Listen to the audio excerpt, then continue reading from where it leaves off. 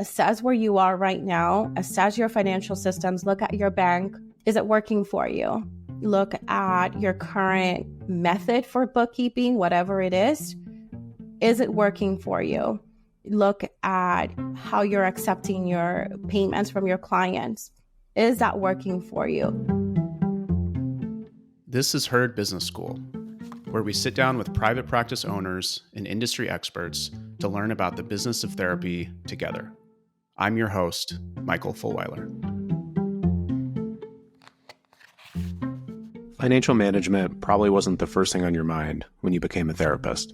In today's Office Hours episode of Heard Business School, we're joined by Andrea Rotondo, a Florida-based bookkeeper who specializes in working with therapists through her company, Liquid Cents Bookkeeping. In our conversation, Andrea explains why investing in professional accounting services is invaluable, and she shares how even the most overwhelmed practice owners can set up simple financial systems. From the importance of separate bank accounts to choosing the right accounting software, Andrea breaks down essential steps to build a solid financial foundation for your business. Whether you're launching your therapy practice or looking to improve your existing one, Andrea shares some great practical advice for getting better at managing your finances, understanding your financial reports, and staying organized. Here's my conversation with Andrea. Enjoy. Andrea Rotondo, welcome to the show. Thank you for having me here, Michael. I'm so excited. Very excited to have you for this session of Office Hours. We're going to dig into the topic of financial systems for therapy practice owners. So the place that I would like to start is digging into what is a financial system. So could you explain just in very basic language what a financial system is for a therapy practice? Yes, that's a great question because financial systems feels like there's a really complex world of really complex businesses, and it doesn't really have to be the case, especially for therapy practices. And if you are just starting out, I don't want to overcomplicate things for you either. They don't have to be complicated. So basically, financial systems is just the combination of any and every tool or resource or even person that it's being included in your process of managing your money, anything that comes in, anything that goes out, and how all of that flows and the rhythm that it has, as well as how well those components match and combine with each other. I love that. I want to unpack that some more. Why is that important? Why should therapists even care about setting up a financial system for their practice? I would say that it is important because of the benefits that it has, as well as the risks of you not having them. So, for example, some of the benefits that it has is you as a business owner with a therapist with a private practice, it comes really hard to kind of even identify yourself as a business owner. So you're kind of already not involving yourself a lot in the business related tasks. And when it comes to managing that and running that aspect of your business, if you don't already have a system in place that kind of is already running and you're aware of that, all of those pieces being combined and running, it's going to be much, much easier for you to be completely disconnected from that. And it kind of essentially removes the opportunity for you to be involved in that aspect of being a business owner, which again, it kind of already feels a little bit foreign to you. So we want to provide that opportunity for you to get involved in there. Another benefit is that it is actually beneficial to you. It actually could bring you the sense of you're winning, you're acing this, you're in there, you're involved, you are aware, you are making decisions. You're not just sitting in the back seat and kind of just watching everything play out. You are very much involved in a way that is actually beneficial to you. And not that it's the least important, but is really one of those things that people don't really want to acknowledge is compliance with the IRS and any liability with taxes that you might have. It's those kind of yes, I know that I have to pay taxes, But knowing that the fact that you have to pay taxes doesn't necessarily move you to make an action towards that. So it's still part of those benefits, but I feel like the other ones that I just mentioned feel a little bit more beneficial and close to you, as well as giving you a clear understanding of where you are financially, right? And that kind of goes hand in hand with what I just mentioned, like you being involved in there and it being beneficial to you. That is also giving you actual data and actual numbers that you need to know where you stand financially. And on the other side of it, and the risks, I would say the same thing with compliance. Not being in compliance is a huge risk that it just doesn't disappear, right? Just because you miss the deadline doesn't mean that, oh, I didn't make it. You still have to do it as late as it's going to be. You still have to do it one way or another. And the same thing would be with being disconnected from your therapy practice and the way that you're managing your finances. It's such a big risk because not only you're missing deadlines, you are having to do tax returns again or find somebody else that is going to do them. But then you're also kind of eliminating the opportunity for you to, again, connect with your numbers, make informed decisions. If you want to grow your practice in the future, you need numbers.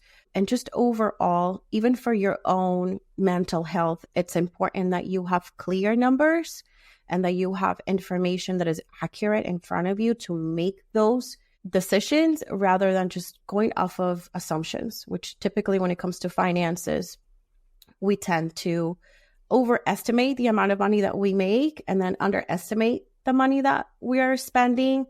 And it's just giving you a completely off picture of where you are. And then we have assumptions and, just nightmares. And we can go as deep as we want to when it comes to that, of not knowing. So I would say that is what was important because of the benefits that it has. And on the other side, the risks that you have for not having those in place. There's two things here that I think are really important. One is the peace of mind that you're describing, right? Like when you have financial systems set up for your business, you have peace of mind about how much money you have, what your cash flow is, how much money you owe in taxes, right? It's not a mystery. And for a lot of therapy practice owners who don't have these systems set up, it feels really scary and stressful. Yeah. And a lot of therapists come to Herd because they're in trouble. They're scared of getting in trouble with the IRS, right? Because they don't know their numbers. They don't have, a sense of how their business is doing. And so I think that, and then also just the confidence of, I know how my business is doing. I know how much money I'm making. I know that I'm ready to maybe hire another therapist, or maybe I'm ready to invest in marketing to grow my practice, right? Like you can make more informed decisions. I'm curious from a perspective of the life cycle of a therapy business. So a therapist who is just starting out as a private practice owner, like should they be setting up a financial system from the beginning, or can they kind of get started and then set it up along the way? What would your recommendation be for our listeners, especially folks who are maybe early on in their private practice, or maybe they haven't even started their private practice yet, and so they're starting to research and think about setting up their business? At what point do you feel like setting up financial systems is helpful? Yeah, I think that setting up financial systems is something that kind of already happened without even you being aware of it. You have something to receive payments, for example, your EHR, you have a bank account, you're already making payments. So in a way, a financial system is already there, is already existing. What I want you to do is, even as a completely new therapy practice owner, you have not had any clients so far, I want you to now include yourself in the picture, and you'll be the one to build it rather than just letting it happen organically and then kind of face the consequences of that later on. So one of the things that a financial system that is built consciously is that it should run smoothly or effortlessly, and it should not be super time consuming. So when you're starting out, something as simple as choosing the right bank can go, like, it's going to be involved in your journey every single day. It's going to be involved in money journey in so many different areas. So even as something as basic as choosing the right bank will make a big difference. So for example, do you typically, for some reason, banks are one of those things that you kind of feel like you have to stay like loyal to them. Like I have been banking with the same bank for years, and I just opened my bank account there because that's the only bank that I have, instead of thinking about all the different aspects, again, of running a business and how that bank is going to be involved. So thinking about, do you even have access to an app? It's probably going to be very beneficial to have one. Can you make ACH transfers if you were to hire a contractor? Or if that is the case, how much that's going to be? If you're going to have an accounting software or bookkeeping software, we want that bank to connect with that software. Not all of them do, especially older banks or smaller banks don't do a good job at staying connected, and you have to constantly connect them. And then it kind of feels defeating the whole sense of automation because you still have to be involved in the process. Another aspect of it is security. Obviously, we want that information to be secure, not only their own security systems, but also how you add a team member to it, whether it is, for example, a bookkeeper that you want to share your statements with. Does the bank provide you the ability to add your bookkeeper to that bank with read-only access? Because you don't want to share your credentials with your bookkeeper. That's something that I see happen all the time. You want to be able to select the permissions that they have. You want to be able to track the activity that they did. How well can you share statements, for example? If you add somebody to that bank, can they obtain statements? Most likely, or not most likely, the main role of adding your bookkeeper to your bank is going to be so that they pull statements from them. And that way you don't have to have that step. So by working with a bank that doesn't let you do that, now you just added endless tasks to your future of going to your bank, downloading it, sharing it with your bookkeeper. And it's something so simple, but it always gets overlooked. Nobody likes to do it. It takes just 3 minutes, but nobody wants to do that. It's annoying. It's boring. So if we can eliminate all of those things, you're already winning by choosing that bank ahead of time in the beginning. And in the beginning, in my opinion, is the best moment to do that, because you don't have a lot of activity. If you're working with insurance, you don't have to, tell, hey, deposit the money in this account. It's just one time. But if that's not you and you're already kind of like already receiving payments, today is still a good time to make that switch. Yeah, I'm really glad you're bringing this up. One of the most common questions that we get from therapists who are just starting out in private practice is, do I need a separate bank account? Does it need to be a business bank account? And so just a point of clarification here for listeners is, if you're taxed as a sole proprietor, so if you don't set up a formal business entity, it's okay. You can use just a separate bank account. It doesn't need to be a business bank account. Now, if you do form a business entity like an LLC or professional corporation, you have the ability to open up a business bank account, which they can have like better rewards and different fee structures. But just having a separate bank account is so important. Can you talk about, from like a bookkeeping and record keeping perspective, why it's so important to separate your business and personal finances? Like, can't you just use one bank account and then you can just, manage it that way? Yes, just focusing on the bookkeeping side of things, because there's many layers to it, but just focusing on the bookkeeping side of things, whether it's you that is keeping track of your finances, or if you have hired somebody like myself or like Herd, keeping it separate, meaning your business related transactions in one specific account, it's going to do the process of categorizing those things much easier than, for example, if you have your credit card and you have an Amazon expense that was for your kid's birthday party, and another, and that's going to be like 15 different expenses. And then you have 3 of those that were actually for your office. Now you have the work to go to Amazon. And for some reason, Amazon expenses are always, it just takes so much time to look at them. You have to either you do the work of splitting those out in your bank, in your bookkeeping, or having to tell your bookkeeper, hey, these 12 expenses are actually personal. these three are business, and this one was actually office supplies. This one was whatever, whatever. This one was whatever, whatever. In order to just click, categorize, there was actually a lot of homework involved before you were able to get to that conclusion. And that's funny because with bookkeeping, that's how it usually feels. Like the understanding is it's just somebody categorizing things, which technically that is correct. However, there's so much more involved prior to that and gaining information prior to that so that the person doing those categorizations will do them properly. And in most cases, when it's things like Amazon or Target or any other store like that, we're going to need your input on that.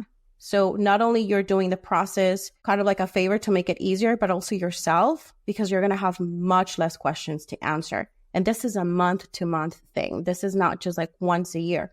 This is every single month. So the less questions that we have for you, the better is also for you. If you're listening and you do have one bank account and everything is combined, it's not illegal. It's going to create more work, right? When you go to do your bookkeeping at the end of the month, or maybe you wait until the end of the year, and then when you go to do your taxes, now you have to go back, right? And I've heard stories from therapists who, they wait until April and the weekend before they're going to meet with their tax preparer. They print out 12 months of bank statements and they're highlighting which is a business expense, and they're trying to figure out.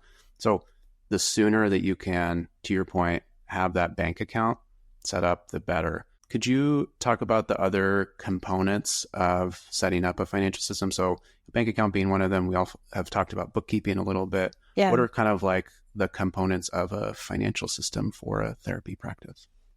Another aspect of your therapy practice that is going to be unique or very different than any other business is going to be that you have to stay HIPAA compliant, right? You can't have, and this is new information for many therapy practice owners, is your accounting records should always be separate from your client records, from your billing. So your QuickBooks or any other accounting process that you have, it's really separate or a different thing than you billing your clients and keeping track of which client paid you and how much and who owes you. That will fall under the umbrella, for example, billing. So that's not really what we're talking about here. But because of that factor, then the way that you receive payments is extremely important because you don't want to break that HIPAA compliance. So that's why I think one of the most important components in your financial systems is your EHR or the method that you accept payments. If you are, again, receiving payments with credit card, which is the most common, you want to stay, in my opinion, in your EHR. Something that is going to accept payments in a way, for example, that are transfers directly to your bank in order to cut costs without naming any names. I know you guys know what I'm talking about. They end up in your bookkeeping records, and most of them have names showing up in your bank description. So that's another thing to consider. Again, when you're building your financial systems, all of these names from my client, I am the one responsible to keep those safe. How can I do that? And thinking about all of those places where those names could end up, from your hands to your accounting team. So when I receive my payment, how am I protecting that data? When that data goes to my bank account and then end up being in my bookkeeping records, again, how am I protecting that data? So the component in this aspect would be your credit card processor. If you have an EHR, it has a credit card processor built in, it's HIPAA compliant. The information that ends up landing in your bank, it's just a deposit and not names of anybody. So it's much easier to keep that information secure. Your bookkeeping team doesn't have eyes on any names. Your bookkeeping records doesn't have any names stored in them. And it was easy for everybody. Often, when I talk to therapists, they say, well, I use Simple Practice for my EHR. I bill my clients. I can look at my, billing in my EHR. Why do I need bookkeeping, right? And what I explain is, well, that's just part of your Yeah. That's just your total income, right? You're able to see, the money that you're billing and you're making, but what you're not able to see in your EHR are your expenses, right? And so that's also important to be tracking. You mentioned earlier that people tend to overestimate how much money they're making, right? Especially folks who are new to being self-employed. As a therapy practice owner, it tends to be pretty high margin, right? You don't have a ton of expenses, especially if you are a telehealth practice. Yeah. And you may think, wow, I made $100,000 this year. This is amazing. But what you're not thinking about is the expenses that you've had in addition to the taxes, that you're going to have to owe as well. And so making sure that you're tracking all of that, is very helpful. Some general guidance that we tend to provide therapists at HERD as it relates to their stage of business and kind of the type of help that they need. And I'm curious your perspective on this. We haven't talked about this before, so this is your kind of live reaction. But what we generally tell folks is if you're, brand new to private practice, say you're, making less than $10,000 a year, this is in total revenue, you're probably okay with like a simple spreadsheet and then, doing your own taxes with TurboTax. Like it's pretty straightforward, pretty simple. If you're below, say, $50,000 a year in total revenue, you can use more of like a DIY bookkeeping solution that's like more than a spreadsheet, something like QuickBooks, and then working with a tax preparer that's going to help you actually prepare and file your taxes. So you're not completely doing it yourself. And then if you're $50,000 and above, so more full-time private practice, that's when it makes sense to work with a bookkeeper, work with a service like HERD, really kind of more of a full service solution. And I'm curious if you agree or disagree with that, just based on the type of, clients that you work with as a bookkeeper. I think you have a really good separation. The only thing that I don't like to have, for example, spreadsheets in the beginning, and then you move to this, and then you move to this, is that every single time that you move to a new platform, your records are starting from scratch. For some people, that's totally fine. They don't really care. For others, they do want that history to be in one place. So I would say think about that in long term. If you want to have everything in the same place, probably start with where you want to be when it comes to working with this person or working with this software. Apply that today. What I think about building your systems and for example, choosing an accounting software is going with the one that is going to fit where you're going to be in the future according to your own goals, not generally speaking what works for everybody, but what works for your vision, for your goals, for your practice. And that software that is going to work for you 5 years, 10 years from now, choose that one today. If you work, for example, with something like QuickBooks, you can start with the least robust features or tier today. And as you continue to grow, and if you end up having to move up in features, you can just upgrade it rather than now I'm going to move to this. You can, it's completely possible to bring that data, like historical data, to another software. But in most cases, it's going to cost a lot of money because it's a lot of time and resources, and you definitely want to hire with somebody to do that instead of doing that on your own. So it is possible, but it's also very costly, which that's why a lot of people just don't. I would say if we're talking about spreadsheets and things like that, I would much rather you work with a spreadsheet in the very beginning than using a platform like, let's say, QuickBooks Self-Employed, which is basically a spreadsheet. If you want to work with a software from the get-go, work with something that, one, you have the ability, like I was saying, to upgrade plans as you go. And number two, that it still has some features like reconciling accounts at the end of the month, ability to tweak the chart of accounts, ability to run reports. I would say those are the three most important things to look at. So that, again, if you are going to choose for a free type of or low cost software, that you're still choosing one that is going to serve you in the future rather than not.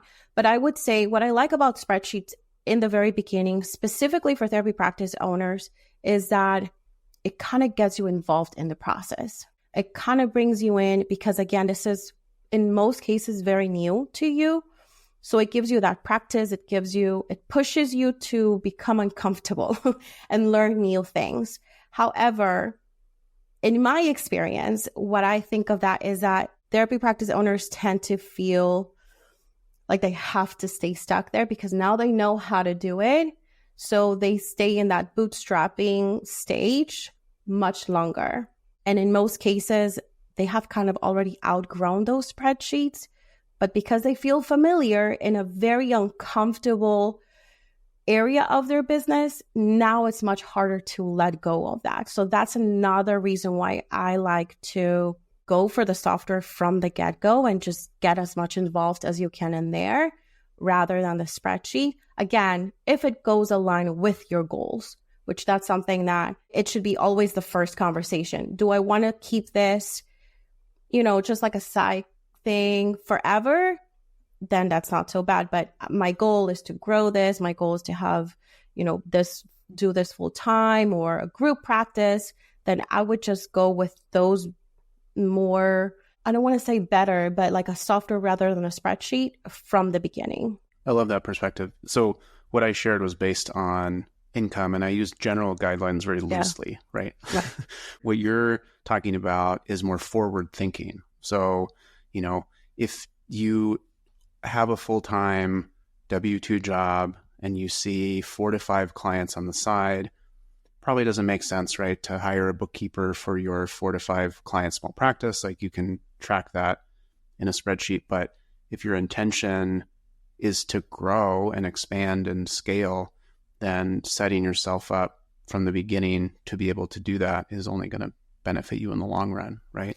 I also think a part of it too is, how do you want to be spending your time? Some therapists enjoy looking at the numbers and, being involved.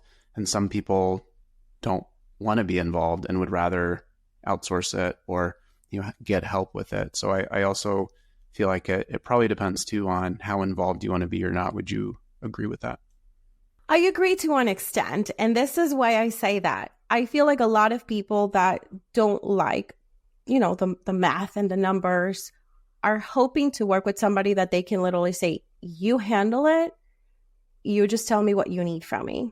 And I think that could be kind of dangerous, when it comes to your finances, because I still want you to be involved. You're not the one tracking things. You're not categorizing things. But now that gives you the ability to look at the numbers from a different perspective. So I know that that's not exactly what you're saying, but in the mentality of the business owner, of the therapy practice owner, it's very easy to not make that distinction and say, now that I have hired somebody to help me, I don't have to do anything. That's completely false. Now you have the ability to then be even more involved, just at a higher level, like a CEO level. And again, going back to what we said initially, a lot of therapy practice owners don't even see themselves as business owners. So if you're already going to this new relationship thinking that this is just somebody that's going to do everything that I don't like, you're already removing that opportunity for you to be involved. And in my opinion, and of course I'm super biased, I think that working with your accounting team is one of your most important relationships that you should actually have conversation. Not that I know that they're important and I know that what they're doing is important, but actually having some sort of communication, whether it's from you to them or from them to you, ultimately, so that you can take that seat of the leader of your practice and use that information to your benefit. I'm glad that you're setting this expectation, because a lot of therapists who come to Herd have that expectation of, I join Herd, it's off of my plate, right. I don't have to deal with it. And often actually it is important for the therapist to be involved, to be reviewing transactions and confirming that it is a business expense, not a personal expense. Or if their bank doesn't allow for read-only access, that they're going in and uploading their statements every month. And on a quarterly basis, they're reporting any income, from any withholdings or, W-2 income that is not in their books. And so I see your accounting team and your bookkeeper really as a partner. And I think that's really important. That's like you're building this partnership with this team that's helping to support you as a business owner. And this framing of the therapy practice owner as the CEO, I think is really great, because as a CEO, you're still meeting with your, CFO, right? And you're meeting with your accounting team and you're understanding how your business is doing on a regular basis. CEOs probably are looking at their numbers on a daily basis, right? And so as a therapy practice owner, thinking of yourself as the CEO of your practice, even if you're not the one that's doing the bookkeeping and the accounting, that you're still involved, right? At a higher level. Yeah, absolutely agree. And I feel like a lot of people tend to feel that this is kind of like, I'm not there yet. Like I'm not making, I'm only making this dollar amount. I'm not there yet. However, this is something that the numbers themselves don't really matter. Like the numbers themselves don't dictate if you should be doing this. This is for anybody that has a business. And of course, the actual categories and the tracking, they're going to evolve and grow as your practice grows, but your involvement should be from the beginning. In fact, the beginning and the slower or smaller, quote unquote, business, your business is in a way is better, because now you have the ability to practice, you're learning new skills, and it's much easier to learn those money skills when your revenue and your expenses are smaller and you have less things to look at. And as your business grows and your revenue grows, you're adjusting those skills that you already learned, or you're adding new skills, but you already have that foundation, rather than saying, when I make $1 million, that's when I'm going to have these conversations. You're going to miss all of this opportunity and all of this history to learn that. It's going to feel much harder. It's not impossible. And I'm super confident that any practice owner can do that. However, if you can start earlier and make it easier and less time consuming, why not take advantage of that opportunity? Definitely. I'd love to dig into bookkeeping specifically. So you are a bookkeeper who specializes in working with therapy practice owners. When it comes to bookkeeping, in this conversation, we've talked about categorization, we've talked about reconciliation. Like these are accounting words, right? That when people hear, their eyes just glaze over. Could you just explain like what bookkeeping is, and could you define some of those terms? Yes. Bookkeeping is basically tracking your money for your practice. So making sure that all of those transactions in your bank statements or in your credit card statements, they have a home. Right now, they're just all scattered. And our job is to put them in the right category.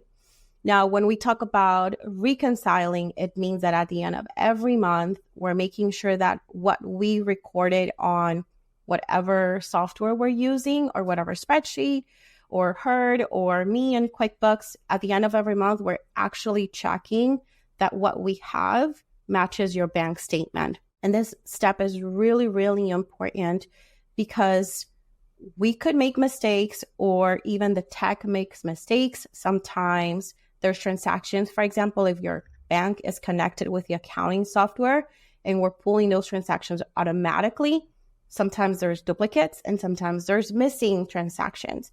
And it could be a 1 cent type of thing, and it could be $25,000 in one transaction or more. So we want to make sure that we're capturing every single transaction coming in. And that is the process of reconciling. Basically, just making sure that what we have matches your bank statement balances. That is another word that you'll always hear from us, is the balances and balances matching. So basically, the whole process of bookkeeping, it really varies according to you, who you hire. You could go from really basic process of just categorizing transactions and reconciling them every month, and that's it, to, okay, now that we finished the categorization and reconciliation, which in my opinion, that's like the bare minimum, then we move on to out of compliance, which this area is compliance. We move on to a more of like the CEO type of thing that we were talking about. Now, here are your financial reports, or we can also jump into one-on-one meetings. Let's talk about your reports. You can ask me questions, or I have questions for you. All of that, it's still under the umbrella of bookkeeping in a way, but it's also moving to accounting. So even though each word like bookkeeping, accounting, they have their actual, like definitions in the dictionary, when you work with somebody, you're still going to find some variance between the person or the company hiring services according to what they are offering. So it's important that you are aware what you're looking for, so that when you go and talk to somebody and you want to hire them, you are aware of what to ask for or what you are going to get in return when they tell you these are my services. And don't feel afraid of asking what this means or what is that. Definitely, you're not going to be the first person to ask, and we're always happy to answer your questions. For folks who are listening who haven't worked with a bookkeeper before, how much does bookkeeping cost? I imagine there's a range of, services, but could you talk a little bit about the, investment in bookkeeping and what that looks like? Yes. Again, that's definitely going to vary on your practice, the legal entity that you have, the tax entity that you have. Part of the pricing it's also going to depend on your volume of transactions. So how many transactions you have, how many bank accounts. Sometimes that matters. Not everybody takes that into consideration. If you have employees or if you have contractors, that tends to affect the price as well. Obviously, the actual scope of work outside of the reconciliation, if there's anything involved with taxes or filing taxes for you or filling out any other tax returns for you, there are services that your bookkeeper could also provide, like AP or AR, like receivables, although that will fall under billing. But some bookkeepers also work with billing, accounts payable, so paying bills on your behalf. There's this whole range of services, and I have seen that more and more services for bookkeeping are moving towards flat fee for every month, and we include all of this, and it's going to be the same fee every month.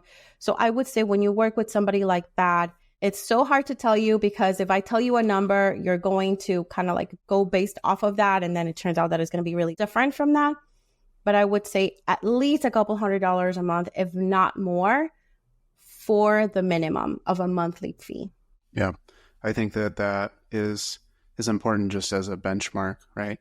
And I think going back to how much time you're spending, right? So if you as a therapist are spending 1 to 2 hours a month and your session fee, is $150 a session, it's potentially $150 to $300 of your own time, right? That you're spending to do your own bookkeeping. And when you think about it that way, the opportunity cost of doing it myself versus working with a professional, well, at that point, it starts to sound like not that expensive, right? Right. And with all the benefits that you've described as well. So I think thinking about, investing in your business, into that peace of mind we've talked about, into having that confidence in your numbers by working with someone who is a professional, but also the fact that it's saving you time as well, that you can spend, to see 1 or 2 more clients a month, for example. Or even if you're not using that time to reinvest in your business, now you have that time back to spend doing whatever you want. Yeah. And I think to add to that is when you're doing it yourself, there's a lot that you don't know. So not only you're spending time actually doing what you're doing, but also learning and watching a whole bunch of different YouTube tutorials and signing up for webinars and signing up for, this and that, workshops and whatnot. And there's a lot of courses, and I don't have anything against any of these. They're all great, but there's going to be a point where you have to make a choice. I am no longer in the very early stages where I am doing everything, where, that's very common in the life of an entrepreneur. In the beginning, you do everything yourself. You're learning a whole bunch. You don't know a lot, but we don't stay in that kind of troubleshooting stage forever. There's going to be a point where you have to move on from that. And by removing yourself from that troubleshooting place, not only we have the cost opportunity, like you're saying, but now you're also removing that learning and watching tutorials and watching videos. And moving on from that is also, now you kind of know that things are right, because sometimes, in most cases, when you're doing it your own, there's always something that is off. And like, I have to ask my accountant when I file my taxes because I don't know about this. Or I don't really know where to put this. So that kind of is hanging there. So you kind of usually have something that is lingering, and it could potentially affect your taxes in a way that you messed up in your numbers. You have to do this all over again. So now you move on to knowing that, okay, now at least that the numbers are correct, which that's the goal, right? With this, you don't want to hire somebody that you kind of feel like, oh, this is always wrong. You want to work with somebody that you know the numbers are correct. So there's different layers to all the benefits. For folks who are listening and they don't have an accounting system set up in their practice, they're not doing any bookkeeping, we're recording this conversation in June, what advice would you have for them? Like, is it too late to catch up? Because I'm sure they may be feeling a little bit, maybe overwhelmed. Yeah, definitely. We talked a whole bunch of stuff. What I want you to take from this is that it's not too late at all. I would want you to take the word like assess where you are right now, assess your financial systems, look at your bank. Is it working for you?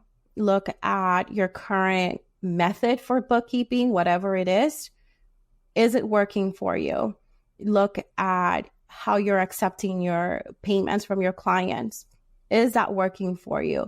And try to make sense of them, not just in isolated components, but how well they blend with each other and how well they make the whole process flow, again, in a time-efficient manner for you as the owner. And then start making changes as you need to. I definitely don't want you to take one whole weekend to make all of this happen. That's just going to keep you even farther away from all of this. I would want you to make that assessment and then perhaps one change every day. Maybe that's too fast. Maybe once a week, maybe one a month, whatever goes well with you and your goals. Always remembering we do have tax deadlines and they're the same every year. Those should not come as a surprise. But here, be in tune with yourself as well, especially with something so overwhelming and so that it really keeps a lot of people away from going into business as finances. Just being in tune with yourself. If this feels too much and you feel like it might be the last thing that you want to do with your business, then just put a pin on it and then come back another day. So I would say that assess where you currently are, make those changes little by little with the goal that by the end of the year, if not preferably sooner, right? But if not by the end of the year, you have a somewhat clear picture of what your financial systems are. And also you have those records for your taxes. Ideally, by the end of this year, you already have everything in place. It's not going to take you a whole weekend to do this on your own. You don't have to do anything manual. It's already going to be done. So take this year kind of like as your practice. And then starting next year, you're already going to have that experience under your belt. And that's going to give you more confidence. And also you're going to be able to determine or identify those opportunities, but also where you're lacking in your financial systems. And then try to plan for those changes to come next year. So that this year, your focus is the very basics, your bank, credit card, payment processors, and your bookkeeping in place. I love that. What we talked about earlier was that, the best time to set up a financial system for your therapy practice is when you're just getting started, right? If you didn't set up a financial system in the beginning, that's okay. Like the next best time is now. Yeah. And that's just going to set you up for success moving forward, right? It's not too late to set up a system for your business. I think a lot of people that I talk to, they just feel overwhelmed and they avoid it and they don't want to deal with it. And then that just like pushes it down the road, right? And so I think the more that you can try to get ahead of it, set yourself up for success moving forward, the better. And bookkeepers and bookkeeping, like we can always get you caught up, right? Like we can get you up to date. So even multiple years if needed, if you haven't been doing bookkeeping, like bookkeepers can get you up to date. So it's not too late to start your bookkeeping as well. Yes, for sure. And remember that with financial systems, this is always going to be moving. This is always going to be adjusting because life changes. Your business will change. So there's always going to be an opportunity for you to assess. You know, the assessment is not necessarily something that is going to only happen in the beginning. I would encourage you to do that. Once you feel like you're caught up and you're there and you file your taxes and you're in a good place, or even if that's you today, you feel like you're in a good place, then maybe plan to make those assessments like once a year or once every 6 months to always identify so that you can actually be in a place that you feel like you're caught up, you feel like you're on track. And of course, there's going to be detours and, you know, things will happen, but then you just fix them and then you come back instead of feeling like you're always behind. And for therapy practice owners, I feel like that's very common for everyone to feel like they're behind, like they're not there yet, like they're not on track when it comes to their finances. So as long as we build those financial systems and we are periodically checking in on them, you can stay on track. Andrea, we're getting to the end of our time here. For listeners who are interested in connecting with you and, you know, learning more about the services that you offer, where can they find you? You can find me on LinkedIn. I'm always there. I would love to connect with you there, as well as my website is liquidcentsbookkeeping.com. So LIQUIDCENTS bookkeeping.com. Great. Definitely recommend connecting with Andrea on LinkedIn. She's great. We're connected there. Thank you so much. This has been a really helpful conversation. Thank you for breaking these topics down that are complicated and confusing into, you know, a more tactical and easy to understand way. Thank you so much for having me today. Thanks for listening to this Office Hours episode of Herd Business School, brought to you by Herd, the financial back office for therapists. For downloadable tools and guides, visit our resource hub at joinherd.com. And don't forget to subscribe on YouTube, Apple, Spotify, or wherever you get your podcasts.